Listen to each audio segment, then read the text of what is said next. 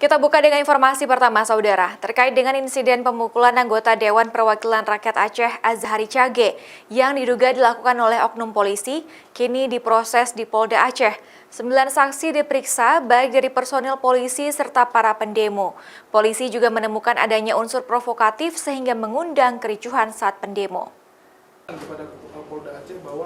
Insiden pemukulan anggota DPR Aceh, Azhari Cage, oleh oknum polisi saat bertugas mengamankan unjuk rasa yang digelar di halaman kantor DPR Aceh Kamis lalu sudah memasuki ranah pidana.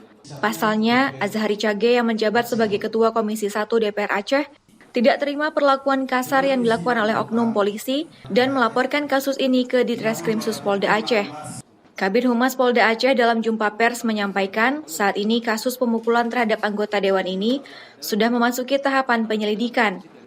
Penyidik sudah memeriksa 9 orang saksi, baik dari jajaran personil kepolisian dan juga pendemo.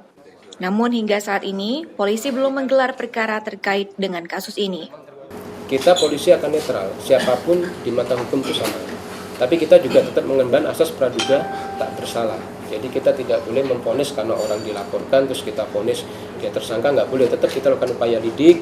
Tadi sampaikan oleh dari Krim nanti prosesnya gelar perkara sidik, kemudian nanti setelah itu dilakukan ke tahap berikutnya. Penyidik juga menduga adanya unsur provokasi terkait kericuhan yang terjadi antara pendemo.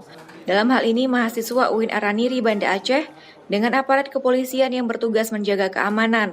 Awalnya mahasiswa hendak menurunkan bendera merah putih dan ingin menaikkan bendera bulan bintang atau bendera separatis saat momentum peringatan Hari Damai Aceh ke-14 tahun. Karena situasi tidak kondusif, akhirnya terjadi kericuhan antara pendemo dengan oknum kepolisian. Kapolda Aceh melalui Kabid Humas juga turut prihatin atas kejadian di luar kendali yang dilakukan oleh personilnya. Jika kasus pemukulan ini terbukti, akan menindak tegas oknum polisi dan akan dikenakan sanksi sesuai dengan jenis pelanggaran SOP. Nova Misdenti, Kompas TV, Banda Aceh.